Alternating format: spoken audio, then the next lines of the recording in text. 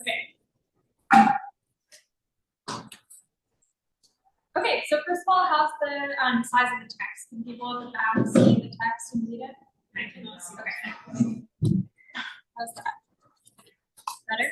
Still no? How's this? Yeah. Thank you. Yeah, so I'm going to be talking about, I would say, intro to Lomb Scargle periodograms. There's going to be another lesson that I'll do on Wednesday that will sort of get more into the meat of Lomb Scargle periodograms. So the goal of this lecture is to sort of provide the framework to dive into these types of periodograms. So just to cite my sources a little bit, this lecture is going to draw really heavily from this paper called Understanding the Lomb Scargle Periodogram by Jacob Enterfoss. And pretty much all the figures I'm going to show are from that paper. It's really good paper, and all of those figures are also like online and available as Jupyter notebooks, so you can see if you want to like how Jake actually made each one of these figures. Yeah, and I linked the paper here. So the goals for this lesson are that by the end of the lesson, you're going to be able to explain the purpose of the Lomb Scargle periodogram, explain the difference between the Fourier transform and the PSD, the power spectral density, reason about the effect of a window function on an observed signal and the time and frequency domains, and finally to identify common astronomical patterns of real window functions. So a lot of this overlaps with stuff that you've already heard from Brian throughout the day. So hopefully that will give you a chance to digest it a little bit in a different context, and also just see it from a sort of orthogonal perspective. Yeah, I always feel like I need several times to see something before I truly understand it. So hopefully it's helpful and not too repetitive.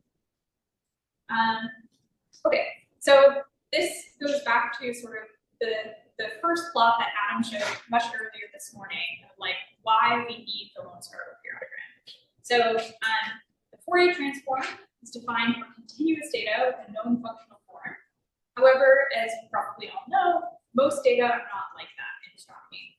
So let's take a look at a real time series. And I want to throw the question out to you. What are some problems with this data set that would prevent us from constructing a Fourier transform? Yes. Sorry? There's massive gaps in the data set. Yeah, there's massive gaps in the data set. This looks like for the same time, there's different magnitudes.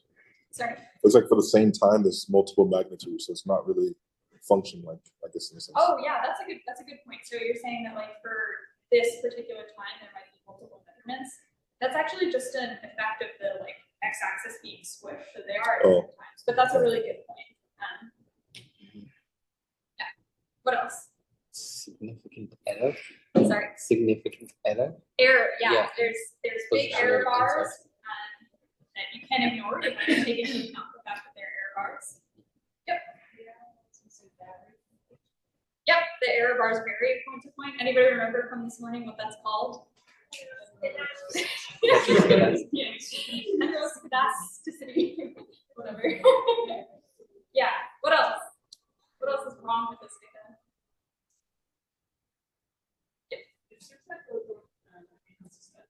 So the first part is a lot of data. Yeah, totally. There's a lot of data like here, for example, and there's not a lot of data in this period, so it's not like uniformly sampled. The sampling is very non-uniform. Yeah, that's great. Let's do maybe one more. Can someone give me one more thing wrong with it? I like that last section of data, so that there's like a longer periodic trend. It's the earlier data that has some variations. Yeah. So you're saying that like it looks like the whole thing is sort of sloping downward almost. And there's a lot of like higher frequency stuff here. Yeah, awesome. Yeah, so these were all really good observations. So my list was that they're discrete samples, it's not continuous. We have non-uniform sampling, as you all pointed out. There are error bars. The error bars are different sizes. There are big gaps in the data. And one really important thing that I don't think someone mentioned is that the gaps themselves are somewhat periodic. So like you can see that this gap occurs, with some periodicity, which turns out to be really problematic because if we're trying to measure periodicity, the periodicity in the gas is also going to show up in our Scargle periodogram and any other estimator of the power spectrum that we're going to try to construct. I meant to say this at the beginning, but throughout this lesson, I'm going to ask you all a couple of questions that I don't necessarily expect you to know the answer to. I'm just sort of trying to get you to think about it a little bit more. So I hope that you don't, I would really like to create an environment where you all can feel like you can give an answer and not feel like it has to be the correct answer. And yeah, I really appreciate your intellectual vulnerability in this way. So yeah, don't feel bad if you don't get the right thing. I just want to get the wheels turning in your heads. Okay, yeah. So the Lomb Scargle periodogram is a framework for analyzing data sets like this one. The reason that we're spending 2 whole lectures on it is because it's a really imperfect tool, and in order to use it, in order to interpret it correctly, you need to know a lot about how it works. The last sort of piece of motivation I want to give you is why we're focusing on the Lomb Scargle periodogram. There are a lot of different categories of ways that you can use to identify periodicity in real data. The Lomb Scargle periodogram is by far not the only way that you can do this. These fall into sort of 4 main categories. There are Fourier methods, so things that are derived from the Fourier transform, or sort of make some extension or approximation of the Fourier transform to deal with all these issues that we mentioned. There are phase folding methods where you take the data, you just divide it by itself, or phase fold it onto a certain period, and then compute some metric of goodness of fit. There are also least squares methods where you fit a model to a data set, compute the least squares sum, and then try to minimize that. And then there are also Bayesian methods of incorporating a prior and likelihood, and it's a whole sort of story for another day. So these aren't really discrete categories. They all have overlap. It's possible to, for example, construct a Bayesian least squares method. And sort of the reason why we're focusing on the Lomb Scargle periodogram is because it actually has an interpretation in each one of these different categories. So you can interpret the Lomb Scargle periodogram as being derived from a Fourier method, which is something we're going to show in our lesson on Wednesday. You can also interpret it as a phase folding method and as a least squares method, and it can even be extended to a Bayesian method. So basically, it's like the grand unifying method for all of these things. The grand unifying method for each one of these sort of major classes of dealing with periodic data. So I guess I get these backwards. But the second reason is that it's really, really popular. So if you're going to read a paper about anything trying to identify periodicity in astronomy, it's more than likely that the first thing they'll show you is a Lomb Scargle periodogram. And even if it's not, they're likely going to rely on intuition or experience with the Lomb Scargle periodogram in order to explain the results. So it's a really good thing to sort of have in your arsenal of things that you can understand and use to understand signals in astronomy. All right, so I want to give a brief sort of review of some of the important results that Brian covered this morning that are going to be relevant for the rest of this lesson. So the first thing is I want to motivate the power spectral density. So I'm actually going to draw on the whiteboard, quote unquote, in order to do this. So we figure out how to do it.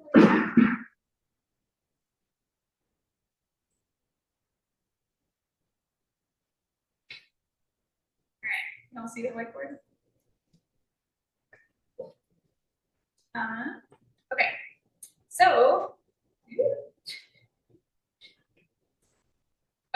so the question we're trying to answer is, why do we need the power spectral density when we have the Fourier transform? What's the difference between the two of them? The reason why this is important for the Lomb Scargle periodogram is that it turns out that the Lomb Scargle periodogram and periodograms in general are estimators of the power spectral density. So if you've taken a statistics class, you know that an estimator is something that approximates this value, this underlying truth value, and in the limit of infinite samples, it's going to become that thing. So in order to understand why we need the Lomb Scargle periodogram, you have to understand why we want to approximate the power spectral density in the first place. Okay, So I'm going to motivate this by using the example of sine and cosine. So if we want to take the Fourier transform of a cosine function, is this big enough, by the way? Okay, cool. So we want to, I'm using this notation to mean Fourier transform of something. So we're trying to take the Fourier transform of a cosine with some frequency f. So the Fourier transform, you can, do out all this math and do the integral, and you're going to get 1/2 times delta function of f minus f naught plus the delta function of f minus f. If you do the same thing for sine, also, by the way, if you want to write this down, that's fine, but I'll also give you this afterwards. So don't feel like if note-taking doesn't help you understand, you won't have these later. The Fourier transform of the sine function is similar. It's I over 2 times negative delta function of f minus f naught plus delta function of f plus f naught. So the major difference between these is that one is purely imaginary and one's purely real. So when people plot Fourier transforms, it's actually kind of difficult because you're trying to plot something that has an imaginary component, a real component, and a magnitude. So throughout the rest of this lesson, we're going to use one sort of style of plotting these things. So I'll introduce it to you now. So for, let's do this.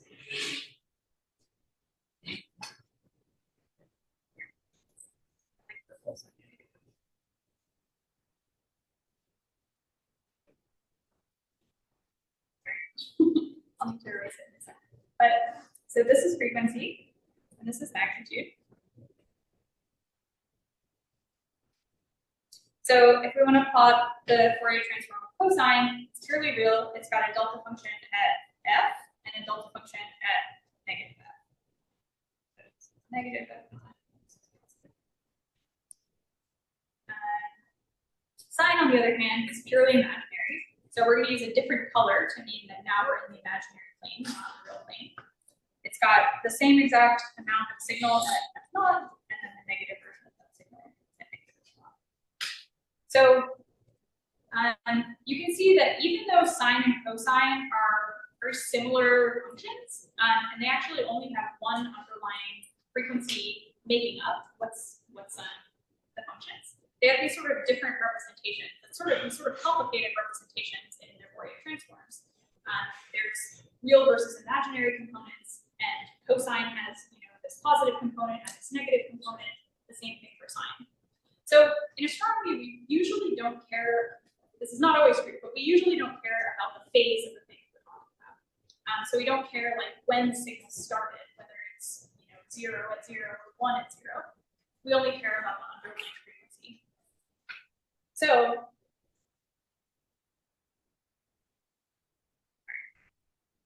fix this.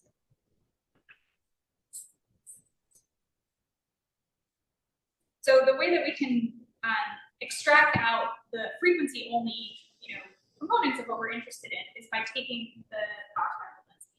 So you take the magnitude of this complex thing and you square it. So for sine and cosine, that's going to end up with something that looks like this. So this component gets squared and goes to positive f naught. This component gets squared and goes to positive f naught. So both sine and cosine are going to end up with the same power spectral density of just a delta function at positive f naught. So the power spectral density is a way of collapsing whether or not you're caring about sine or cosine, what the phase or time shift of these things are relative to one another into just the frequency. Okay. Questions about this so far?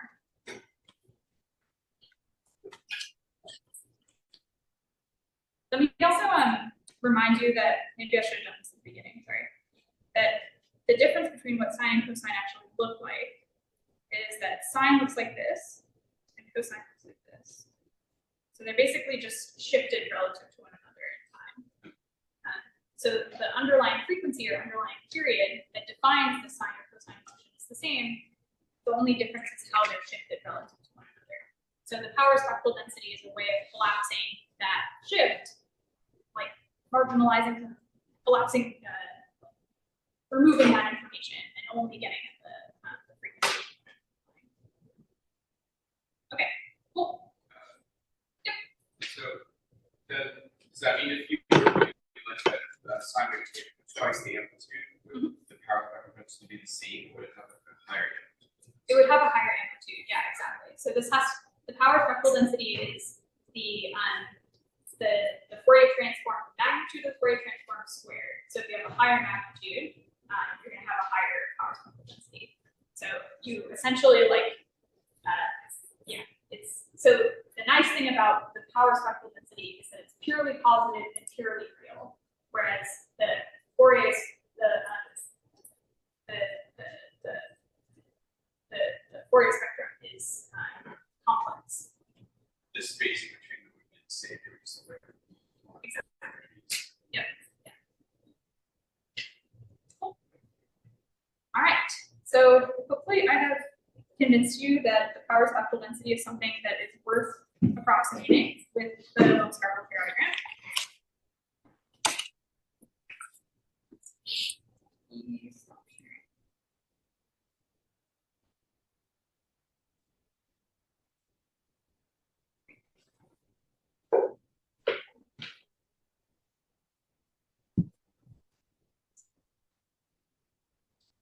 All right. The next thing I want to review is the convolution theorem. So Brian also talked a lot about convolution earlier this morning.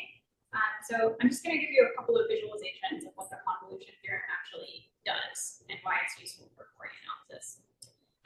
So convolution is a mathematical operation. It acts on two functions, just the way that like addition acts on two numbers. So convolution acts to slide one function past the other, just like Brian said this morning. So understanding convolution is really helpful in understanding what sampling does to a signal. So we're going to spend a little bit of time sort of getting familiar with convolution again. So I've got two equations here. One is the mathematical definition of convolution. So that's just what it means to slide one function past another and get the convolution of the two. And then the second is the convolution theorem. So this says that the Fourier transform of two things that are convolved is the same thing as the, wait, sorry, I wrote this wrong. It's, never mind. The Fourier transform of two things that are convolved is just the same thing in time space, in the time domain, the pointwise product of two things is equal to the convolution of those two things in the frequency domain, and vice versa.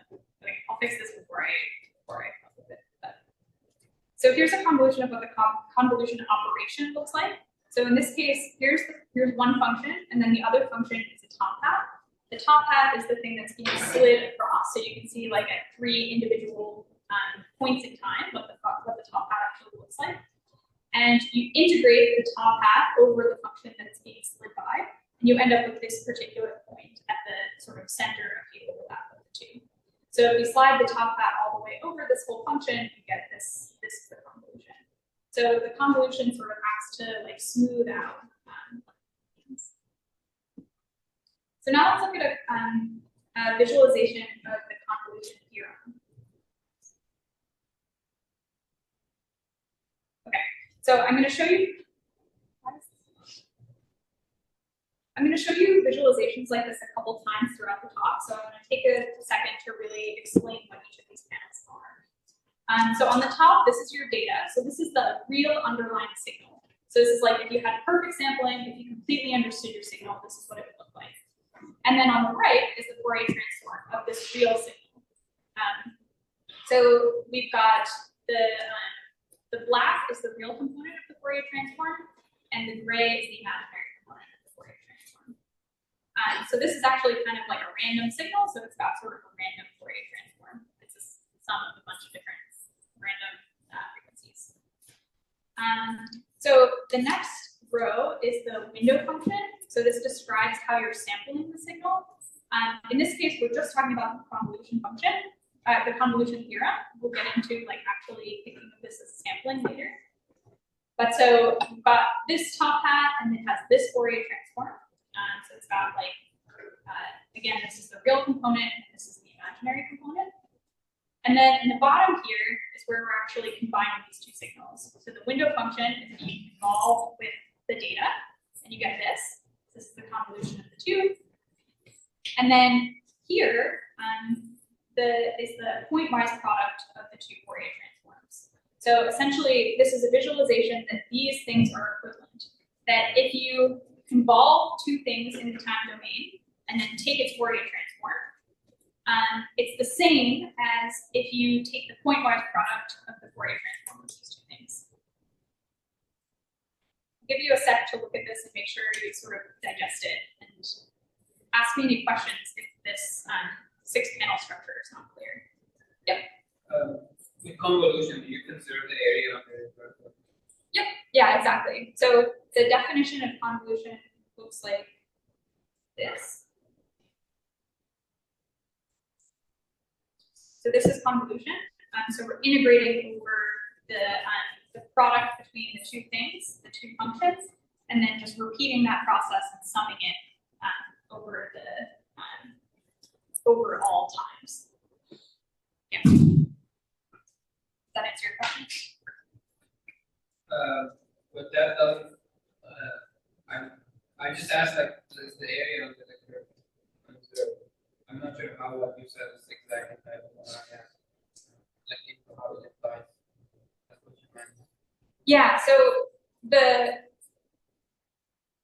okay, I see. Sorry, I think maybe what I said was confusing. So you're multiplying the two functions together and then integrating over time. Yeah. So Yeah. like if you take the original function, calculate the area of it, and if you then take the convolve function, also calculate the area of it, are they equal? If you take the original function, calculate the area under it, and then take the convolve function, and Yeah. I think, I'm not sure. Yeah. Does anybody know?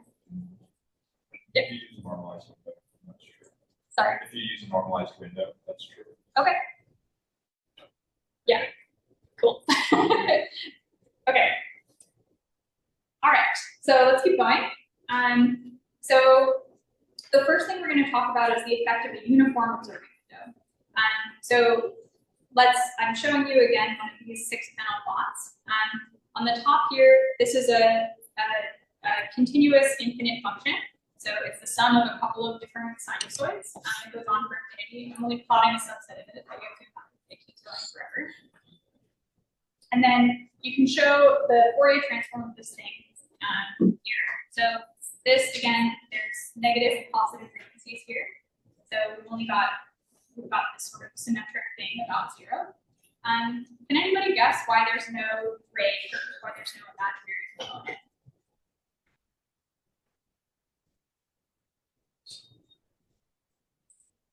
This is purely cosine. Yeah, exactly. So this is the full Fourier transform. It just doesn't have an imaginary component. It's purely composed of sums of cosines. Yeah, exactly. So we're going to approximate the effect. We're going to approximate like taking this this continuous Fourier transform and translating it. We're going to start approximating the effect of sampling by combining two different effects. The first effect is this finite observing window. So this is a top hat. So basically we're saying, okay, we're going to not observe this infinite signal, and then we're going to start observing it at a particular time, keep observing it, and then stop. So you can imagine that this thing is maybe the radial velocity of a star that has 2 planets. So there's 2 sinusoids that continue for infinity. And that's why it has this sort of not perfectly sinusoidal thing. It's actually got to be 4. And we have not observed it for all of infinity. We start observing it at time t0. We continue for a little bit and then we stop. But we're continuously observing it over that time. So the Fourier transform of this observing pattern is going to look like this sinc function.